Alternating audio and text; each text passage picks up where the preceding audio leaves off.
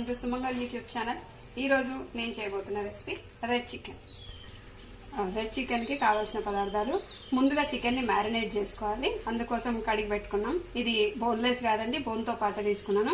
కడిగి పెట్టుకున్న చికెన్లో ఒక నిమ్మకాయ రసం, 2 స్పూన్స్ అల్లం వెల్లుల్లి పేస్ట్, తగినంత సాల్ట్,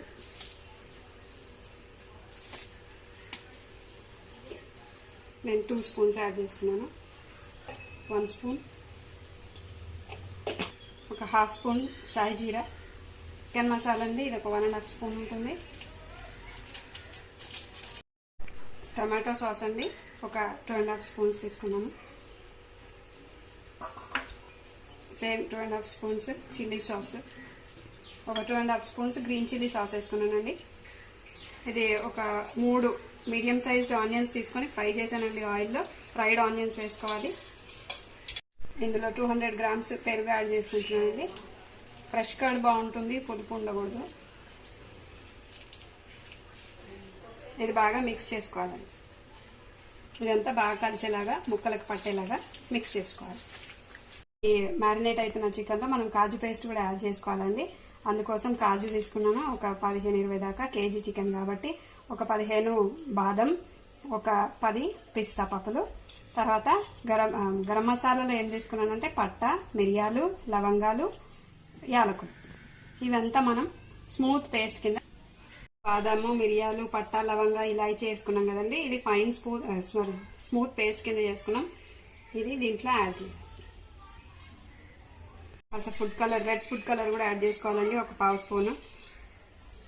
మీరు రెడ్ కలర్ దీంతోనే వస్తుంది. మీకు అవాయిడ్ చేయాలనిపిస్తే కాశ్మీరీ రెడ్ చిల్లీ పౌడర్ కూడా వేసుకోవచ్చు. అలాగే 2 స్పూన్స్ ఆయిల్ యాడ్ చేసుకోవాలి. ఈ ఫ్రైడ్ ఆనియన్స్ చేశాను ఇందులోనే, అదే వేస్తాను. ఇప్పుడు దీన్ని బాగా మిక్స్ చేసుకోవాలండి.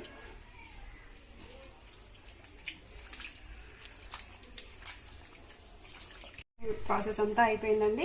దీన్ని ఇప్పుడు ఫ్రిడ్జ్లో పెట్టుకోవాలి. ఒక 2 అవర్స్ పాటు పెట్టుకుంటే ముక్కలకు మసాలా అనేది బాగా పడుతుంది. చక్కగా మ్యారినేట్ అయిపోయిందండి. 2 అవర్స్ మనం ఫ్రిడ్జ్లో పెట్టుకున్నాం కదా. ఇప్పుడు కుకింగ్ ప్రాసెస్ చూద్దాం. కుక్ చేసుకోవడానికి ఇలాంటి వెడల్పాటి పాత్ర అయితే బాగుంటుందండి. నేను ఆనియన్స్ ఫ్రై చేసిన ఆయిల్ 1 స్పూన్ తీసుకున్నాను, మిగిలింది. ఇంకొక 3-4 స్పూన్స్ యాడ్ చేస్తున్నాను, 1 కేజీ చికెన్ కాబట్టి.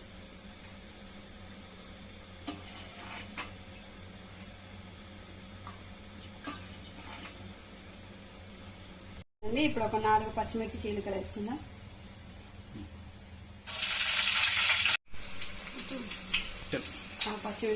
పచ్చిమిర్చి లైట్గా వేగిందండి. ఇప్పుడు చికెన్ వేసేద్దాం.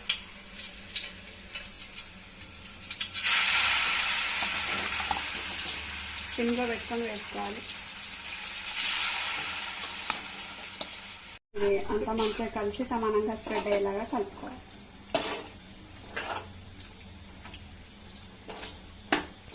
ఇదంతా ఇలా నూనెలో కలిసిన తర్వాత మనం మూత పెట్టి ఉడికించుకోవాలండి. ఇది అప్పుడప్పుడు కలుపుతూ ఉండాలి, లేదా అడుగంటుతుంది. ఒక 15-20 మినిట్స్ పడుతుంది ఇది మగ్గడానికి. అప్పుడప్పుడు మాత్రం కలుపుకోవాలి కంపల్సరీ.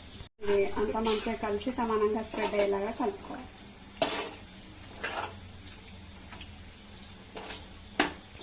ఇదంతా ఇలా నూనెలో కలిసిన తర్వాత మనం మూత పెట్టి ఉడికించుకోవాలండి. ఇది అప్పుడప్పుడు కలుపుతూ ఉండాలి, లేదా అడుగంటుతుంది. ఒక 15-20 మినిట్స్ పడుతుంది ఇది మగ్గడానికి. అప్పుడప్పుడు మాత్రం కలుపుకోవాలి కంపల్సరీ. మీడియం ఫ్లేమ్ పెట్టుకొని మూత పెట్టి మగ్గించుకోవాలండి. అప్పుడప్పుడు మూత తీసి కలుపుతూ ఉండాలి, కింద అడగంటకుండా ఉంటుంది. 8 మినిట్స్ అయిందండి. ఇప్పుడు మూత తీసి చూద్దాం. ఫ్లేమ్ మాత్రం సిమ్లోనే ఉండదండి. గ్రేవీ థిక్గా అయ్యేటట్టుంది. నేను కొంచెం వాటర్ యాడ్ చేస్తాను.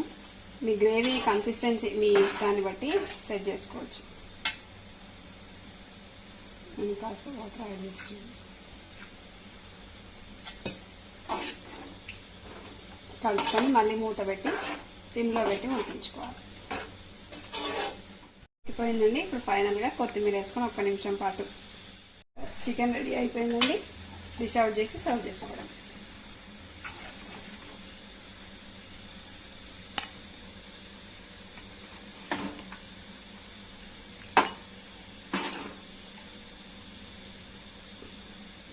కరిగిన కొత్తిమీరతో గార్నిష్ చేసుకుంటే ఇది సర్వ్ చేయడానికి రెడీ.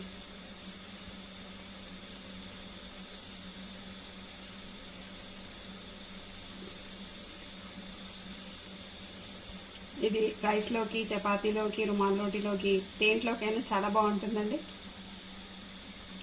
మీకు మా వీడియో నచ్చితే లైక్ చేయండి, షేర్ చేయండి, కమెంట్ చేయండి, మా ఛానల్కి సబ్స్క్రైబ్ చేయండి. Thank you.